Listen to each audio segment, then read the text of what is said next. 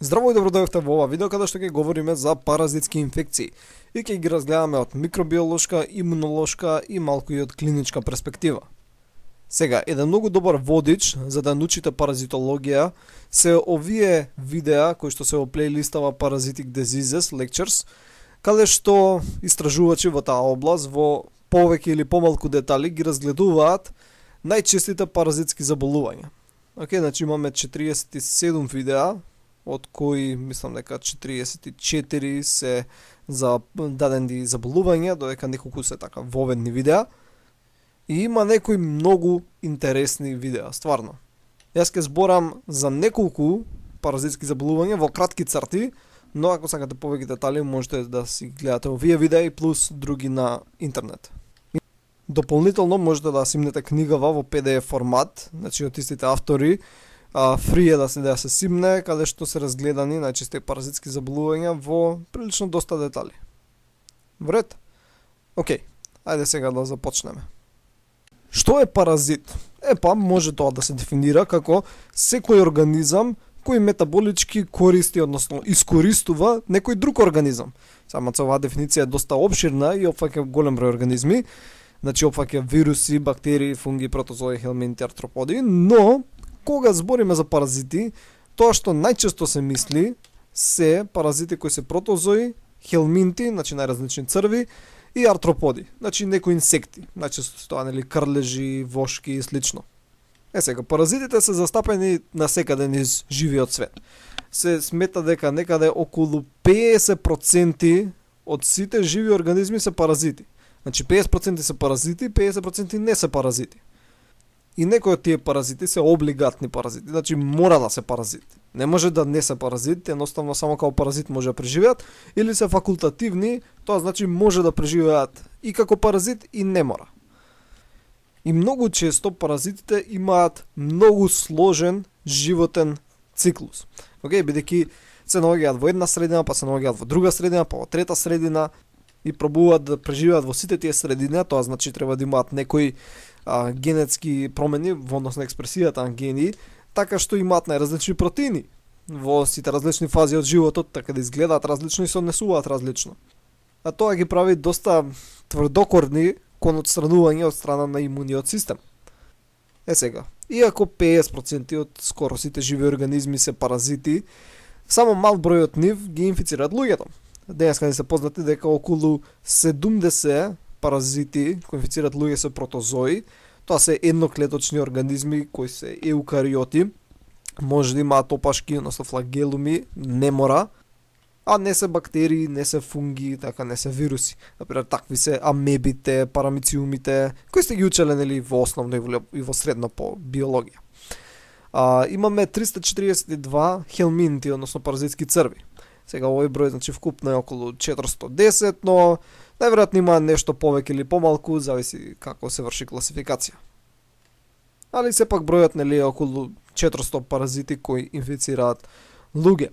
Сега, генерално во развиениот свет немаме до толку паразитски инфекции кои се појавуваат. Најголем дел нели се во земјите во развој или некои ептен африкански запуштени племиња и слично, но сепак ги има. Сега, артропоите, како што спомнав, може би од паразити, значи вакви например се крлежи, некој може да ги класифицира како паразити. Генерално артропоите самите по себе не се паразити, ама се вектори за паразити. Значи најголем дел од паразитски инфекции всушност се пренесени од страна на инсекти, што е доста интересно. Океј, че овдека имаме една слика за некои најчести паразитски инфекции. Сега, како ги внесуваме паразитите во нашето тело, односно како настанува инфекција? Најчесто тоа е преку некој вектор, кој што најчесто е инсект. Може да биде некој поголемо животно, но најчесто се инсекти. Исто така внесуваме многу често паразити преку храна или вода. Така, значи храната може да биде инфицирана со паразит, тоа најчесто е некакво месо, може да биде и некои органи кои се јадат од некои чудни животни, често знае да биде риба, која не е соодветно подготвена, така, например суши, жива риба, или преку инфицирана вода. Сега, преку инфицирана вода главно се случува во развиениот свет, но може, нели, ако се пие несоодветно стерилизирана вода. Може некои паразити да се внесат преку вдишување, што е многу ретко, преку директен контакт, значи ова е исто ретко, но се случува кај некои паразити, бидејќи кожата е многу често добар заштитник на телото, но има некои паразити каде што само преку директен контакт кожа со кожа може да се пренесат. Океј? Например, шугата е еден таков паразит. Во ред. Сега, како се размножуваат паразитите? Има и сексуална и асексуална репродукција, ги има и двете. Зависи во која фаза од животниот циклус се наоѓа, односно во кој организам и за кој паразит станува збор. Во ред? Сега, еволуцијата главно ги прави паразитите многу успешни. И еден од најдобрите е Toxoplasma gondii. Значи еден од најдобрите паразити и најуспешните општо живи организми на планетата. И ќе збориме за него. Инаку паразитите, еволуционно гледано, главно не сакаат да го убијат својот домакин. Така сакаат да го искористат за што повеќе и да стигнат до својот краен, целен домакин. И бидејќи еволуцијски целта им е да бидат што повеќе презистентни, многу добро се справуваат со имуниот систем. Значи голем број паразити знаат да го инхибираат директно имуниот систем, многу често бегаат у наводници, тоа значи ако некој паразит се наоѓа например во екстрацелуларниот дел, може да влезе внатре во дадени клетки со цел да се сокрие на момент да сте стишите тревогата од имуниот систем, па после пак искочи. Исто така знаат да се менуваат често, бидејќи имаат најразлични фази од својот животен циклус, постојано ги менуваат антигените на својата површина. Така што имуниот систем таман ќе го препознае, он ќе ги смени антигените и сега имуниот систем не го препознава и треба од поново да се започне целиот процес. И клиничката слика, нели, главно зависи од повеќе фактори, зависи кој паразит е извршил инфекцијата, така различни паразити даваат различна клиничка слика, како е извршена, односно како е бил внесен паразитот, тоа е многу битно. Например, ако имаш паразит кој врши инфекција, така што сака да заврши во гастроинтестиналниот тракт, така некој црв, и ти ако го ставиш само на површината од твојата кожа, нема да изврши инфекција, нели? И кога паразитот ќе стигне таму каде што у наводници посакува да стигне, тој ќе предизвика оштетување на три главни начини, или преку директно клеточно уништување, така што значи влегува во дадена клетка, тука ќе се размножи, па као што излегува ја уништува клетката, или преку имуно посредувано уништување, значи имуниот систем пробува да го сузбие паразитот, при тоа го оштетува и здравото ткиво, или преку метаболички нуспродукти. Значи паразитите, слично како бактериите, ослободуваат најразлични нуспродукти у текот на својот животен циклус, така у текот на своето метаболизирање, та и тие нуспродукти може да влијат негативно врз околното ткиво. Океј, значи овде имаме неколку паразитски црви, односно хелминти, и гледаме кои области сакаат да паразитираат. Гледаме некои сакаат во мускул, некои во интестиналниот лумен, некои во лимфните садови. Значи баш иде каде што е имуната армија. Тука е кај се имуните клетки у лимфниот систем. Иди таму ќе паразитираме, ништо не ни можат. Имаме некои паразити во крвниот систем, во црниот дроб, жочно кесе, мозокот, очите и така натаму и така натаму. Сега првото заболување кое е предизвикано од паразит, кое верувам дека сите го знаете, е маларија. Значи маларија е предизвикано од паразитот плазмодиум, има повеќе различни видови на плазмодиум, но тој кој е најсмртоносен е плазмодиум фалципарум. Сега маларија не добива само човекот, добиваат и други животни, и векторот кој го носи овој паразит во нас е всушност комарец. Не кој било комарец, него комарец од редот Анофелес. Додека тој комарец, нели, што го имаме овдека во Македонија е Culex pipiens, тој што ни досаѓа во лето кога спиеш.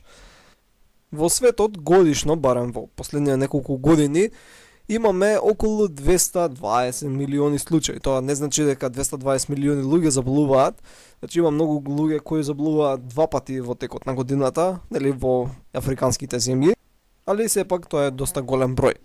Од тие 220 милиони имаме околу 400.000 мртви случаи. Сега повторно 90% од овие се во Африка и околу 90 и нешто проценти се кај индивидуи кои се под 10 години. Значи главно деца. Значи деца во Африка се тие кои главно страдаат и умираат од маларија. Сега ако ја пресметаме сепак смртноста спрема тоа што е евидентирано и да речеме дека имаме 200 милиони случаи и дека имаме 500.000 мртви годишно, тоа значи дека смртноста е околу 0,25%. Но тоа е во последниве неколку години. Например, ако земеме статистика од 2000 година, умираат по милион луѓе. Така што во последниве 20 на години го имаме скратено бројот на пола во однос на тоа колку луѓе умираат на годишно ниво. И за маларија, како што добро знаете, нема лек. Така значи немаме апче кој што го пиеш и ти поминува маларијата, иако има добри превентиви. Имаме некои вакцини, иако не си имун ако ја земеш вакцината, али сепак помага да полесно ти помине заболувањето ако бидеш инфициран. Ајде сега да видиме како е всушност животниот циклус на паразитов. Значи, многу интересно. Пречно е ли го имаме комарецот Анофелес и добро, да речеме овој комарец дека е инфициран од паразитот. Значи, крајниот домак на паразитот е комарецот. Во ред? Сега, во овој комарец имаме паразитот, имаме всушност како у наводници јајца од паразитот кои се нарекуваат спорозои. И овие влегуваат во циркулација, кој ќе те боцне комарец, кој е инфициран, и тие се движат во циркулацијата околу пола час. Значи 30 на минути се наоѓаат во циркулација, се додека не најдат на црниот дроб.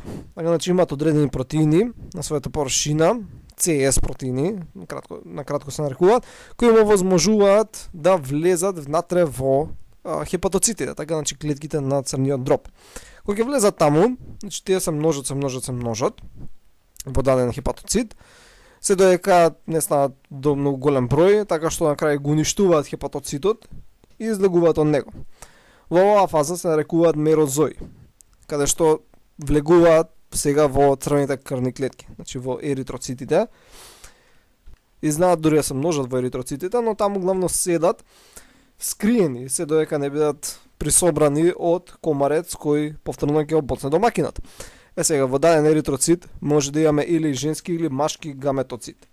Значи во некој еритроцит имаме женски гаметоцит, во некој еритроцит имаме машки гаметоцит.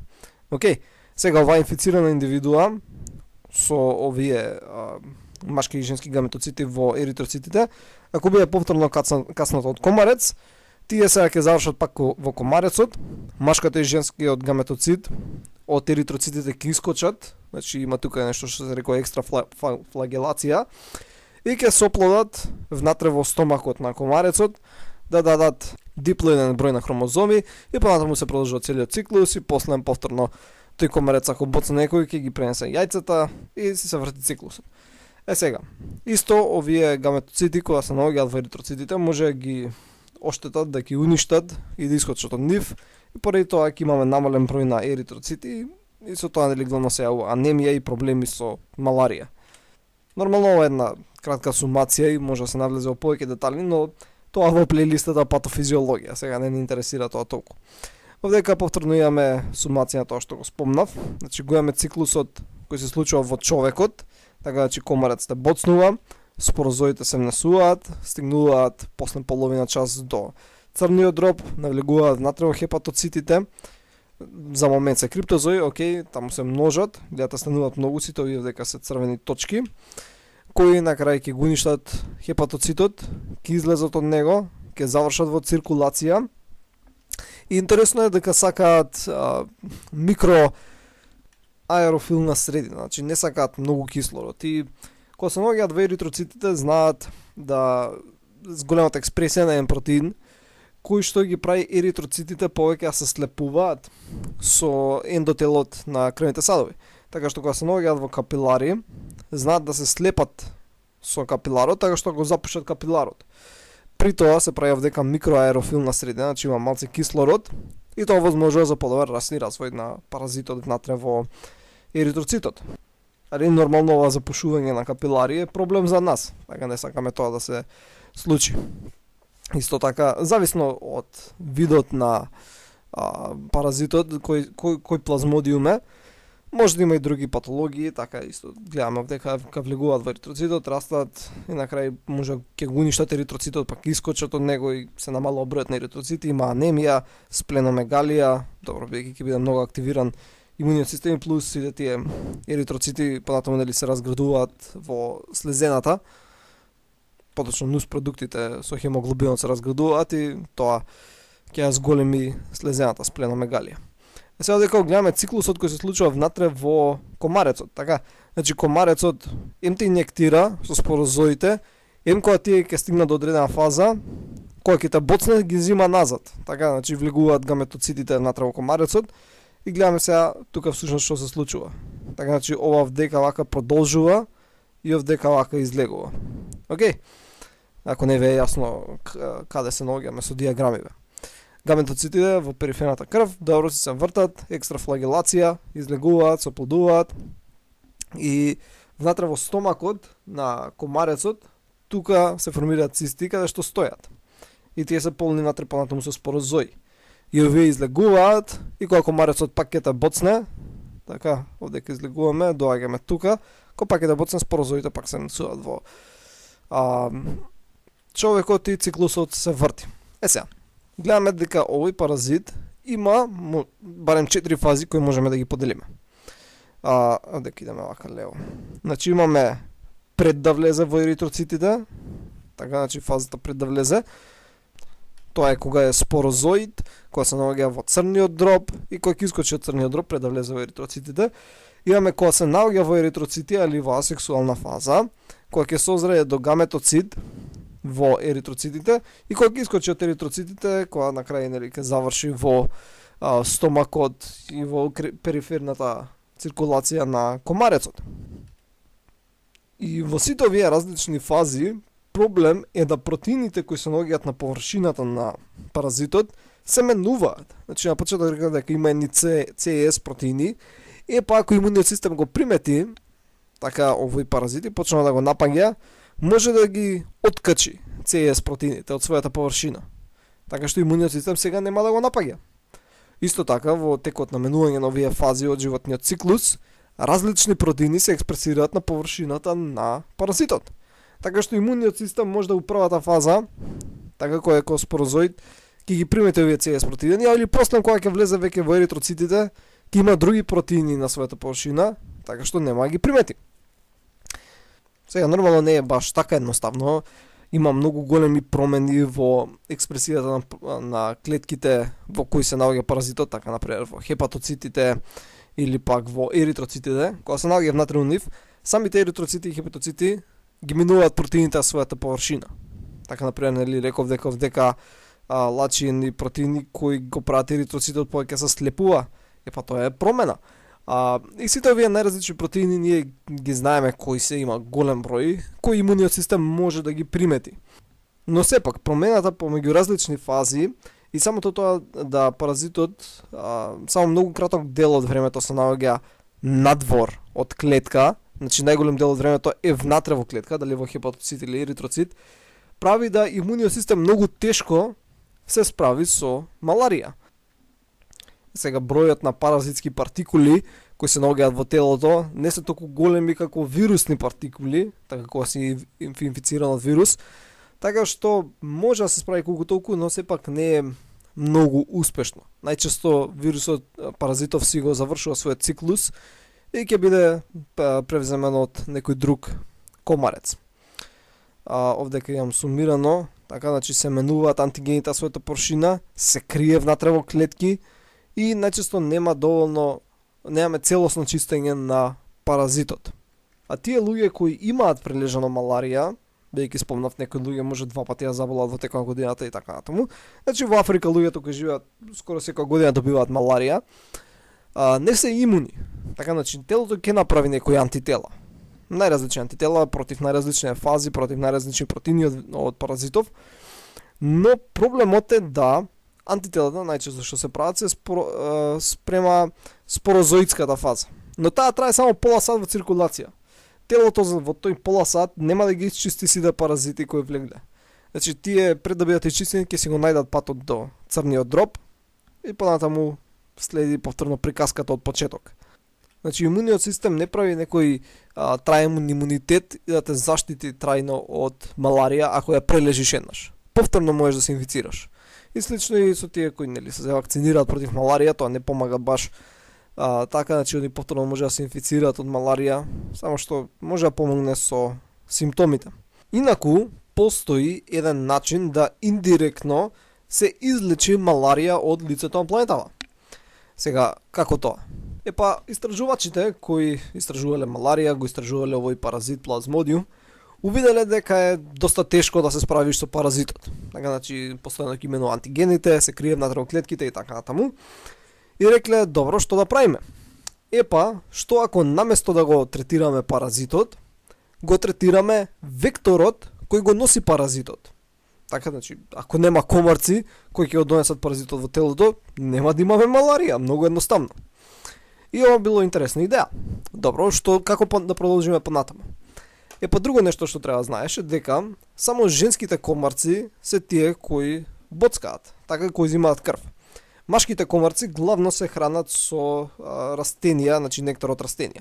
И ова важи за сите комарци, не само за Анофелес, него и овој, например, комарецов што го имаме тука во Македонија, Culex pipiens, и тој исто така. Значи женските комарци боцкаат, зошто? Бидејќи им требаат повеќе нутриенти за бидејќи носат јајца. Додека машките комарци не носат јајца и не им требаат до толку нутриенти. Сега, тоа значи дека ако сите комарци се машки комарци, или пак, ако повеќето комарци се машки, ќе има многу помалце маларија. И собрале генетски истражувачи и увиделе како всушност може да се направи да потомството секогаш биде машко. Например, кај нас луѓето знаеме дека XY е машко, XX е женско. И знаеме дека полот скоро секогаш е одреден од таткото. Така, значи мајката секогаш дава X хромозом, додека таткото може да е X или Y. Боред, и слично е кај комарците, нема да навлегуваме во деталите, но поентата е дека можеме да инженерираме комарци кои секогаш ќе даваат машко потомство. Сега речеш како ова ќе помогне. Да речеме дека има во дадена популација 50 женски и 50 машки комарци. И ти сега ослободиш во таа популација, не знам, 10 инженирани женски комарци кои ќе даваат машко потомство. Така што всушност го направиш дека бројот 60. Така че имаме 60 женски, 50 машки. И плюс дополнително се мислеше овие комарци се направат по-унаводници, сексипилни, мислам, одредени карактеристики да се преувеличат, така што машките комарци повеќе ќе сакаат да бидат со овие генетски модифицирани комарци. Океј.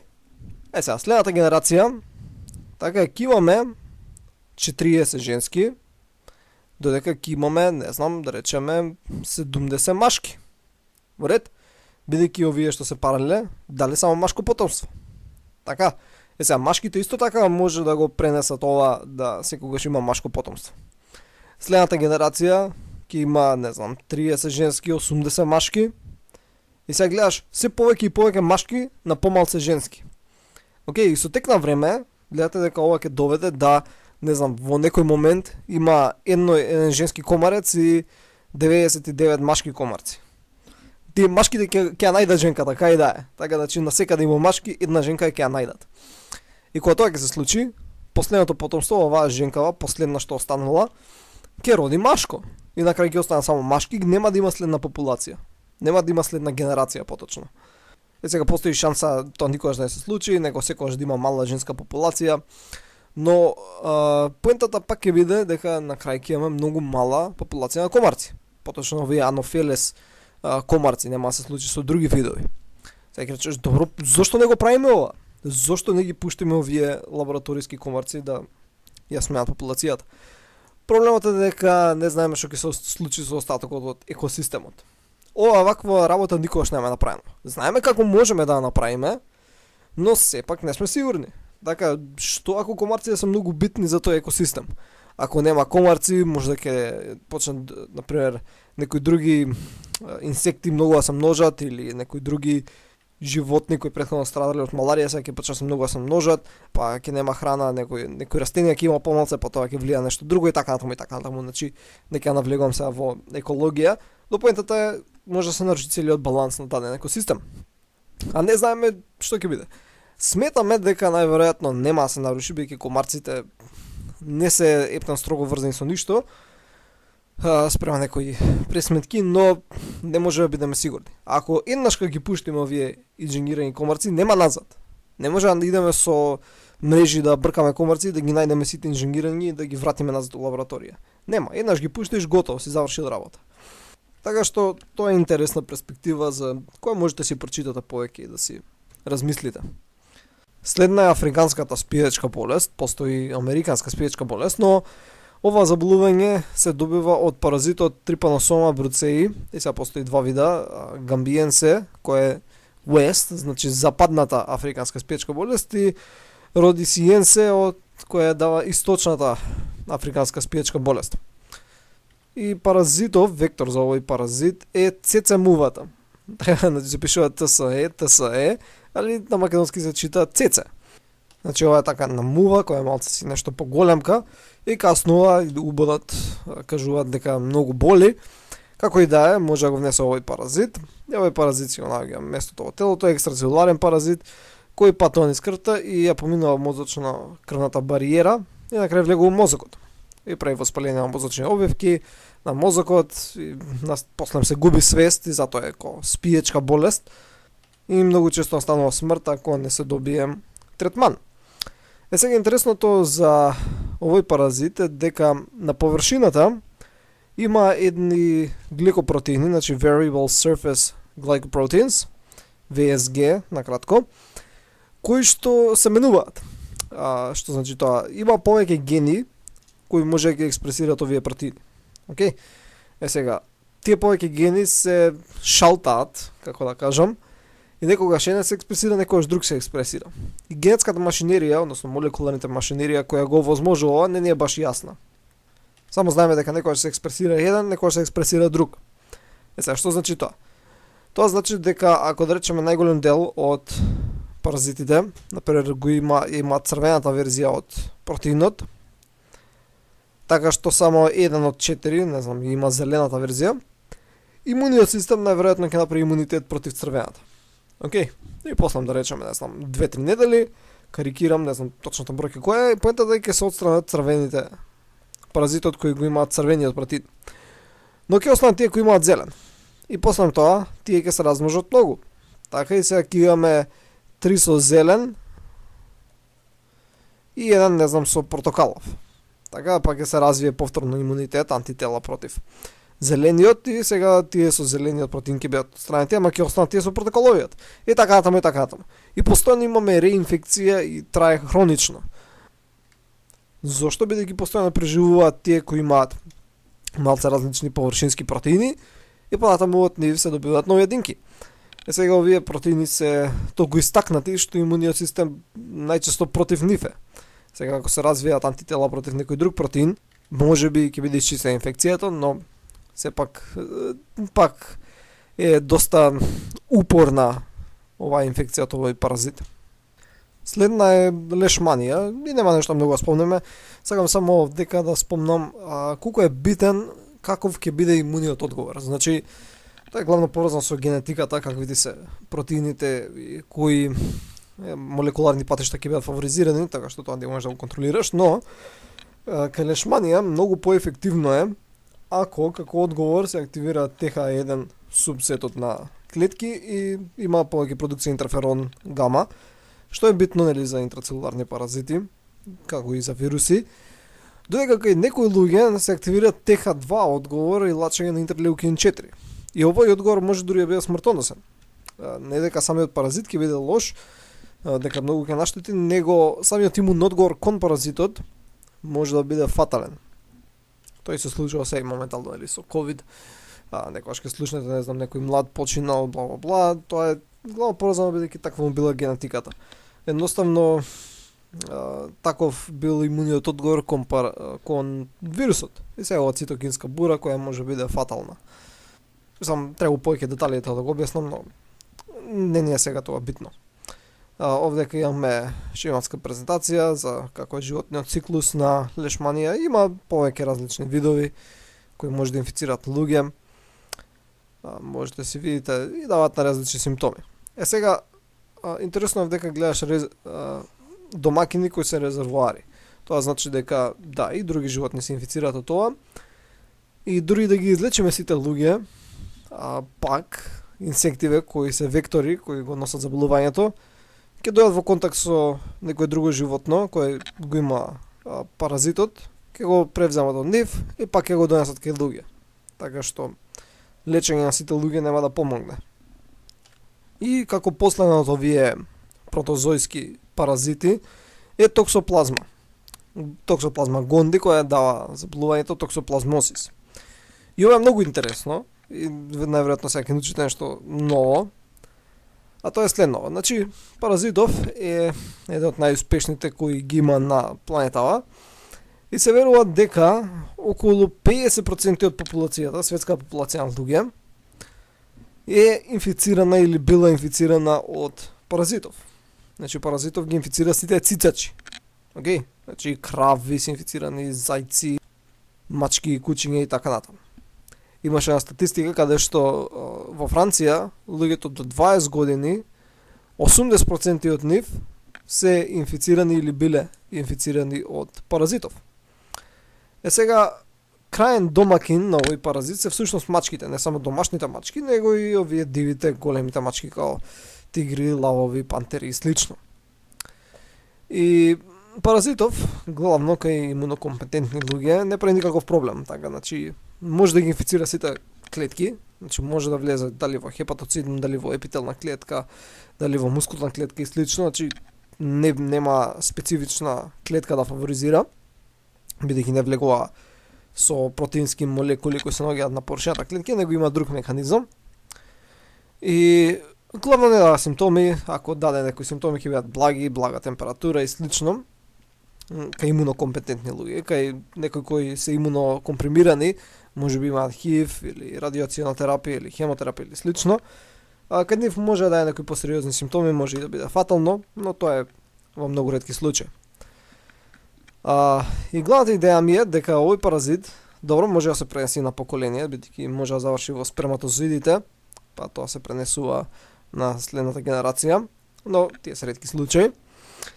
Главната идеја ми е дека некогаш овие паразити, овој паразит може да заврши во мозокот.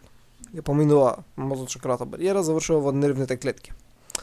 Имуниот систем тука баш не може да го рачнува многу, ќе влезе внатре во неврон, ќе се скрие интрацелуларно и ќе тлее така. Во ред? И може да трае цел живот, може да прави цисти, така што да не биде достапно и слично. Сега правим да спомнам што прави во мозокот кај стаорци. Значи, кога ќе влезе во мозокот кај стаорци, приметено е, значи правени се студио, потврдено е, дека стаорците кои се инфицирани од токсоплазма гонди не се плашат толку од мачки.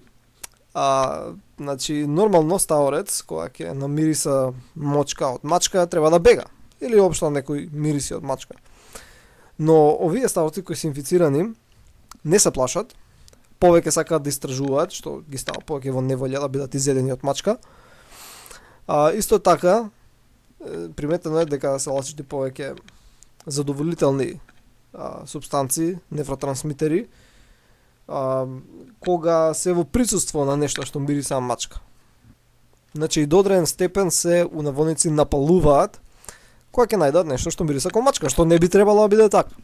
Се рече, зашто ова се случува? Мислам, ако го гледаш од очите на паразитот, паразитот сака да заврши во стомакот на мачката. Така што подобро е кога глучецот биде изеден. И ќе речеш, добро да е интересно, ова се случува кај глувци, окей, супер. Но, приметено е дека ова влијае и кај луѓе. Луѓето кои се инфицирани од токсоплазма, приметено е дека, ова не може директно да се увиди, бидејќи е малку тешко за испитување и треба големи студии, него се прави со епидемиолошки студии, каде што се гледа луѓе кои има шизофренија, дека многу почесто него не се инфицирани со токсоплазма. Луѓе кои се посклони кон самоубиство, исто, луѓе кои завршуваат во сообраќајни несреќи од брзо возење, многу почесто имаат токсоплазма него тие кои не завршуваат, криминалци и слично. Односно, дека инфекцијата со токсоплазма на некој си начин те прави помалку инхибиран. Значи, поголеми се шанси дека ќе направиш нешто непажливо и дека малце си таков по-раздразнет. И овој паразит, главно ние како го добиваме, луѓето е преку храната, бидејќи го има во сите цицачи, значи го има во месото, во мускулите, во органите, а други цицачи. Ако не е доволно добро испечено месото, јајцата од овој паразит може да преживеат, да бидат внесени, понатаму да бидеш инфициран. Или пак преку фецес од машки. Така, значи, сексуалната фаза на овој вирус може да се одвива само во дигестивниот тракт на мачката,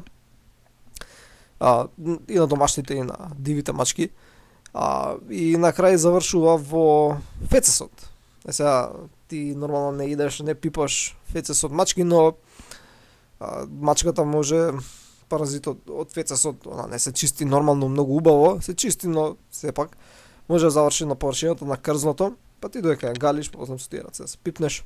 Или луѓе кои чуваат дома мачки, нормално тоа ќе биде паразитот на секај низ креветите, низ куќата и слично. Така што многу лесно можеш да се инфицираш. И како што спомнав, се смета дека 50% секој втор човек дека ја има или ја имал инфекцијава од овој паразит.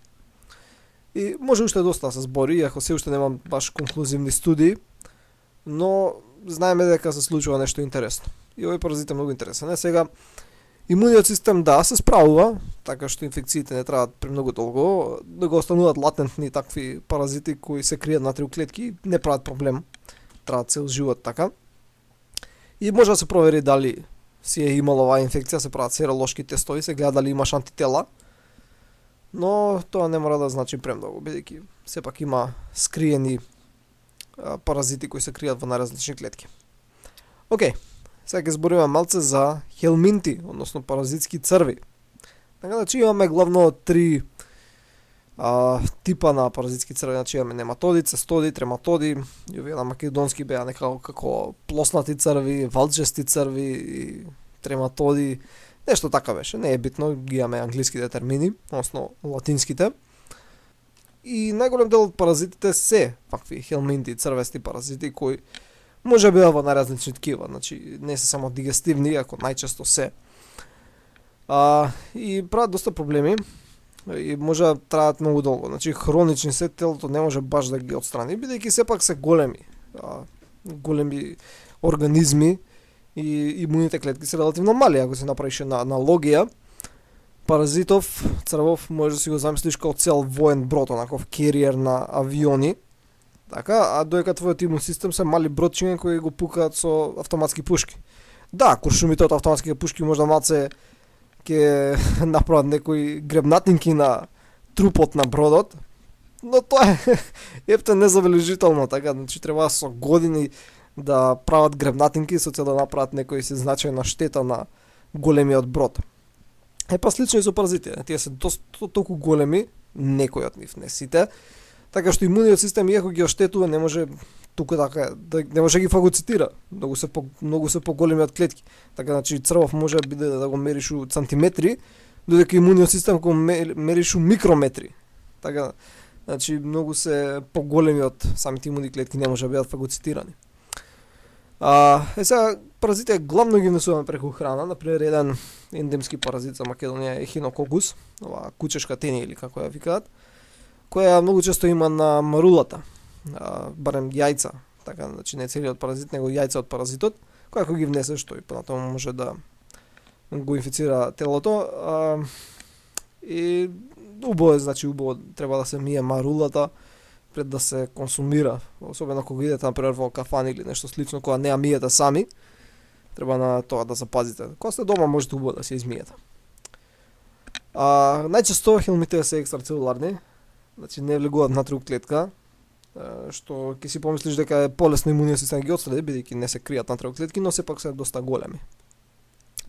Сега инфекциите се хронични, може да траат години до 20 години и не се развива силен имун одговор. Зошто бидејќи паразитот имуниот систем не ги отстранува баш брзо, но тие не се множат како вирус, така не ги нема у милионски броеви. Има неколку паразити си седат и се упорни. Така што имуниот систем што се поттикнува не е доволно силен. Сега кога ќе се поттикне, тоа главно што го отстранува, што имаме приметено се IgE антитела. Значи антителата пречнали започнуваат како IgM, па имаме клас switching во IgE. Зошто? Бидејќи има еден FC рецептор на маст клетки на еозинофили, кои што се битни, и кога IgE ќе го активира тој рецептор со FC регионот, нели, од антителото, се случува дегранулација, се ослободуваат многу биоактивни материи од еозинофилите и маст клетките, кои вршат оштетување нели на паразитот. Има еден базен протеин кој се смета дека е најтоксичен за паразити. Сега може да се активираат и макрофаги, да се активира интерферон гама, се активира TH2 субсетот на Т клетки и тоа исто така доста помага во отстранување на паразитите, ама може да биде многу долг процес. Значи со децении може да трае. Додека се имаме некои механизми за преживување, ова важи само за паразитите. Добро, значи ова е многу интересно, например. Ова значи дека како што се движат низ дигестивниот тракт најчесто, на својата површина налепуваат антигени од домакинот. Така значи ги налепуваат нашите селф антигени. Така што имаат како обвивка од наши протеини. Така што имуниот систем не може да ги препозна и не може да им штети. Така зашто имуниот систем мисли дека гледа нешто свое. Целата површина му е со твои протеини налепена. Знаат да екскретираат различни протеини кои може да го инхибираат имуниот систем, го инхибираат комплементот, да вршат антиинфламаторни молекули, може да направи тунели, така што ќе се скрие и така натаму. Така значи се кријат главно во луменот на цревата, имуниот систем не е тука толку силен, бидејќи се го празнија, така не се обвиткани со многу клетки, него се наоѓаат внатре од цревото. Сега внатре од цревото имуниот систем од кај може да им влие, така да упразнина се. И на тој начин траат многу долго. Добро, може да го паузираат животниот циклус, да се направат како циста и да траат така многу долго. И слични начини на кои може да се избегне. Имаме отфрлање на антигени, значи антигените кои ги имаат на површината може да ги тргнат, барем дел од нив, така што ќе преложат имуниот систем, добро прават, спомнавме, обвивка од селф антигени и ги менуваат антигените. Океј, сега. Како се врши диагностицирање на различни паразитски инфекции? Првично се гледаат симптомите, така, значи често ќе има некои карактеристични симптоми и се гледа историјата на пациентот. Зашто во модерниот, развиениот свет, многу ретко имаме паразитски инфекции, бидејќи начинот на живот. Не живееме близу животни, нема многу инсекти во околината да ни влегуваат цело време дома, така имаме мрежи, имаме прозори. Во град бетон не играме покрај почва, покрај река, покрај трева цело време. И не само имаме ендемични средини каде што има одредени паразити. Така што ако некој се жали на одредени симптоми, битна е историјата на пациентот, така ќе се праша дали си патувал некаде, дали си бил во Африка, Азија, Кина некаде, каде бил, каде што има некој ендемичен паразит, па најверојатно си го закачил. Друго може да се прави микроскопирање на препарати, така значи се земе хистолошки примерок, некој ткиво и под микроскоп ќе се види дали има паразит. Така може да се види за маларија, плазмодиум, ќе се види внатре во еритроцитите. Биохемиски, односно серолошки, може да се види дали има антитела, односно антигени од паразитот или кон паразитот, ако збориме за антитела. Молекуларни техники кои фаќаат главно PCR, се взимаат готови праймери за најчестите паразити и се споредува, се гледа дали има нешто. Тие се главно диагностичките методи, многу е битно историјата на пациентот да се спомне дали бил во некој ендемично подрачје за некој паразит. И сега симптомите многу се разликуваат од паразит до паразит. Значи температура, чешање, слабење кога има паразитски црви, болки, замор, анемија, проблеми со столицата, диареја или запек или слично. Многу зависи од паразит до паразит. Така што немаме нешто ептен конклузивно, освен кај некои паразити каде што има многу карактеристични симптоми. Сега, дали имаме лекови? Имаме, ама и немаме. Значи има дадени антипаразитски лекови кои действуваат ефикасно против одредени паразити, ама не и против некои други. Најчесто паразитски инфекции траат многу долго, хронично се лекуваат долго, лековите не действуваат премногу добро, како што спомнав, и доста се скапи, бидејќи основно нема да толку паразитски инфекции во развиениот свет, не е многу промовирана фармацевска индустрија кон тоа, не е наклонета да ги истражува, така што и поскапи се не се да толку ефективни. И многу често имаме реинфекција. Зошто? Бидејќи лекот ти да помогне, паразитот да се отстрани, имуниот систем не поттикнува толку силен имун одговор кон голем број од паразити, како што спомнав, најголем дел се паразитски црви, така што многу е лесно да се реинфицира индивидуата, бидејќи нема висок титар на антитела, нема многу мемориски клетки, и тоа е главната идеја. И тоа беше главно се за ова видео, значи се надам дека научивте нешто повеќе за паразити и паразитски инфекции. Нормално има многу повеќе се спомне општо за паразити, има многу интересни паразити у светот. Значи има паразити кои паразитираат на паразити, кои паразитираат на паразити. Значи, ептен мамбо джампо. Многу интересни случаеви, особено во животинското царство и во светот на инсектите. Многу различни инсекти, има многу инсекти кои контролираат у наводници паметот на другите животни. Така што можеби некојаш ќе направам видеа за тоа. Тоа беше се и ќе се видиме во следното видео. Довидување.